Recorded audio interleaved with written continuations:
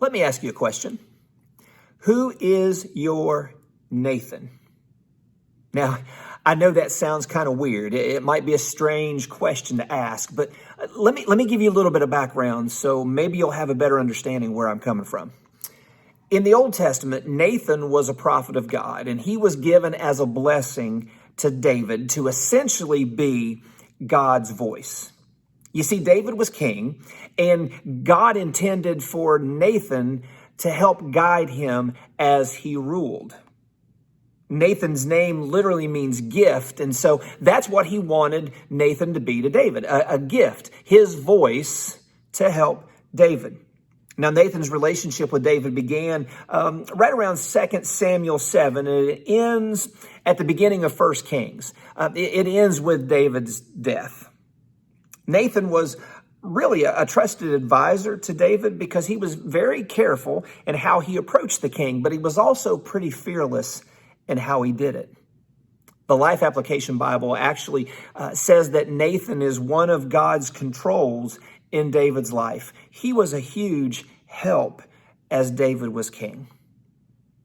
Now we see Nathan's biggest influence on David after David has committed adultery with Bathsheba in 2 Samuel 11.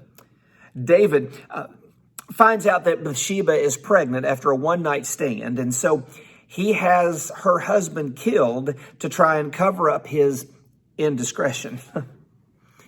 Well, Nathan was the one who was willing to go and confront David, even as David is still holding the shovel as he's standing in the hole that he's dug in his sin, if that makes sense. Nathan wasn't afraid to point his finger at David and say, "You are the man.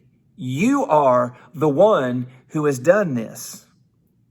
God used Nathan to step into that uncomfortable place of intervention, and he confronted the king. And let's not forget, okay, that David was the king. So you can imagine the place that Nathan was in. But remember, I said earlier that he was careful, but he was fearless. He wasn't afraid to get into David's face and bring him back to his spiritual senses. And that's what happened. Once Nathan confronts him, David sits down, he repents, he asks God's forgiveness, and he humbly lives with the consequences of what he's done. Nathan was there to be David's accountability, but even more, he was David's editor. He was there to help David better express himself, to share his voice, to live his life. He was there to help David make changes that would help him better follow and lead as God desired him to. Now, my greatest critic and my greatest supporter is my wife. She, more than anyone else, is never afraid to tell me that not just how great something was, but she's never hesitant to let me know how much better something could be. She's always willing to let me know that I should change this, or you shouldn't have said that. And I got to admit that I don't always respond to it well. In fact, I hate it sometimes because I would much rather hear how much she loved it way more than what needs to be changed. And aren't we all like that? The problem with this attitude, though, is that if we don't have people who are willing to speak into our lives, to speak up to us, we'll continue to be proudly mediocre at things, or even worse, we'll be great at sinning. Nathan wanted David to be an amazing, godly king, not an average, sinful one. So again, let me ask you, who is your Nathan? Because we have to ask that question, because if we're going to authentically follow Jesus, we have to have people in our life who will be a Nathan to us. We need them because they're going to be the ones who will first get under our skin. So many times when we find ourselves in a compromising position, we want to look to place the blame somewhere else. You ever done that? Well, I wouldn't have done that if it wouldn't have been for, well, it was really their fault because they're the ones who, all the way back at the very beginning of everything. Adam, when confronted with God, he blamed Eve. Eve blamed the serpent. We don't want to own up to anything. But if we're really honest, most of the time, the blame isn't out there. The blame is in here. It's our heart. Jeremiah chapter 17 verse 9 says, the heart is hopelessly dark and deceitful, a puzzle that no one can figure out. If this is true, then we need all the help we can get. And even though we are sinners saved by grace, as it says in Ephesians chapter 2, and we've been made new by the power of the cross, being filled with the Holy Spirit, 2 Corinthians 5, we are a new creation. Even though that's true about us, we are going to constantly struggle with the old sinful nature. Paul says this in Romans chapter 7, and I love how he says it. Starting with verse 19, he says, I decide to do good, but I don't really do it. I decide not to do bad, but then I do it anyway. My decisions, such as they are, don't result in actions.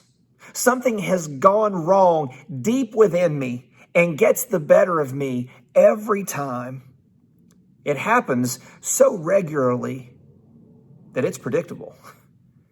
The moment I decide to do good, sin is there to trip me up. Sin is always going to be there. So we need a Nathan who will be there to help us. And here's something you can count on. The more we open ourselves up to God, the more we're going to need a Nathan. Leonard Sweet says in his book, 11, he says, some people want to catch you in your sin. Nathan wanted David to catch himself in his sin. A Nathan is not someone who rushes to tell you the truth, but someone who helps you to do the truth. And they'll do it, even if it makes you uncomfortable. Why? It's because, and I believe we need to understand this when we have Nathans in our life. Nathans are for us. They're not against us. The second thing a Nathan will do in our life, a Nathan will ask questions. We need people in our life who are going to ask, are you sure you want to do that? Or, what the heck were you thinking? Or, is there anything too big that God can't handle? Or, we need a Nathan to ask, do you really think he can't forgive you? Leonard Sweet says in his book, it is quite possible to accomplish much, but never amount to much. When it comes to goodness, we confuse good with good at. It's an editor's job to get you to ask the question, is God's name glorified or smeared in my life? We easily bind the Spirit of Christ in the fetters of our imagination, our religion, and our systems. An editor helps to let the Spirit of Christ break free from our mind-forged manacles. Remember, I said earlier that we need somebody who won't just keep us accountable, but they will be willing to be an editor. They'll be willing to help us make changes so our voice can be out there, so we can truly follow Jesus. That's what a Nathan's supposed to be. In 2 Samuel 12, Nathan was willing to ask David, why did you despise the word of the Lord by doing what is evil in his eyes? Who do you have in your life that's going to be willing to ask you that question and then help you drop the shovel and help you out of the hole of sin that you've dug for yourself? Who's going to help you make the changes to help you better hear and obey God? We all need a Nathan who's willing to ask us questions that most people won't. And they'll be willing to ask those questions no matter what. Finally, a Nathan will tell the truth.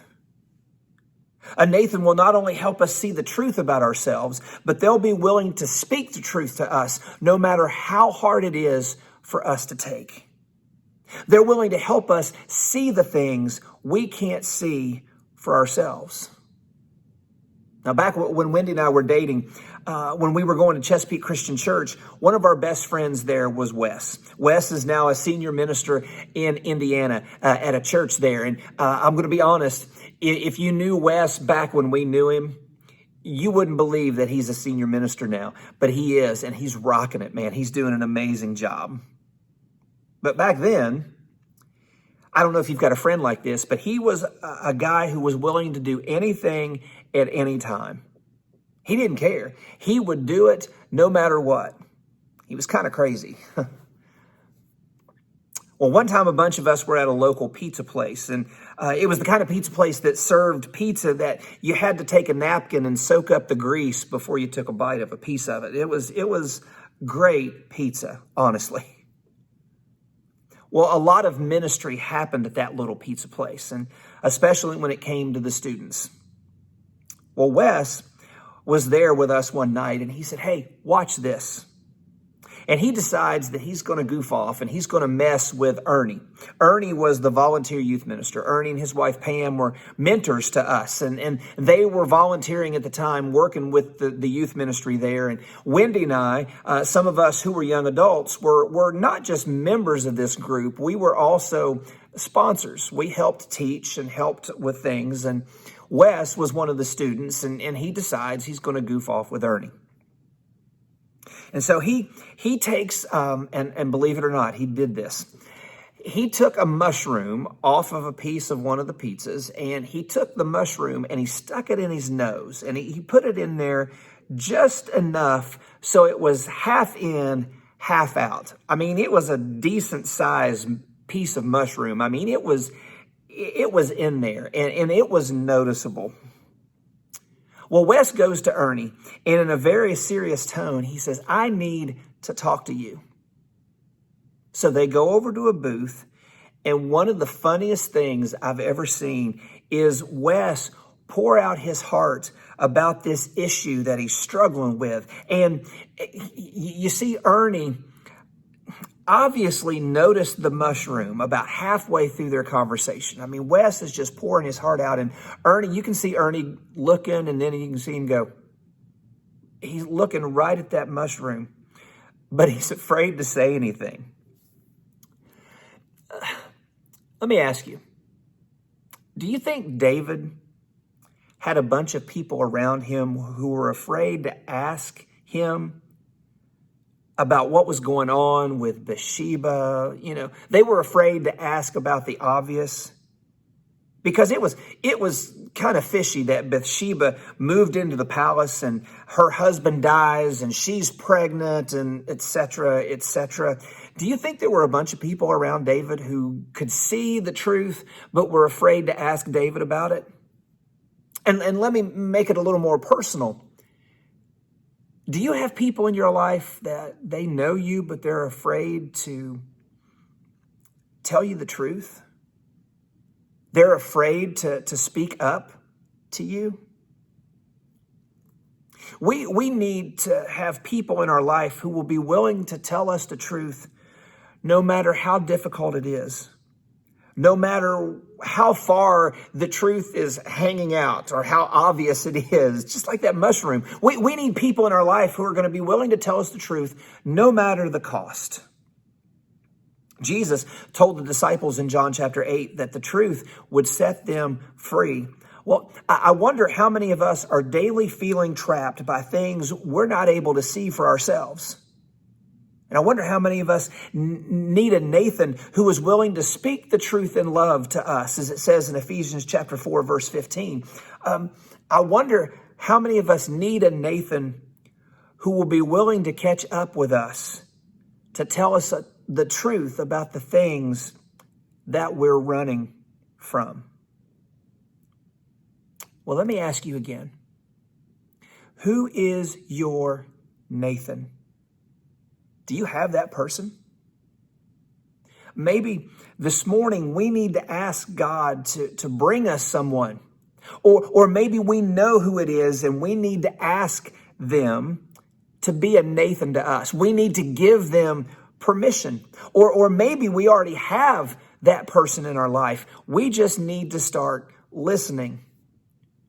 And maybe, for some of us, our best Nathan is our spouse. And maybe we need to sit down with them and we need to ask them to forgive us. And we need to admit that they probably know us as well as we know ourselves, maybe even better. Proverbs chapter 1, verse 5 says this, "Let the wise listen and add to their learning, and let the discerning get guidance." Maybe this morning we need to begin to listen and discern and thank God for the Nathans we have in our life.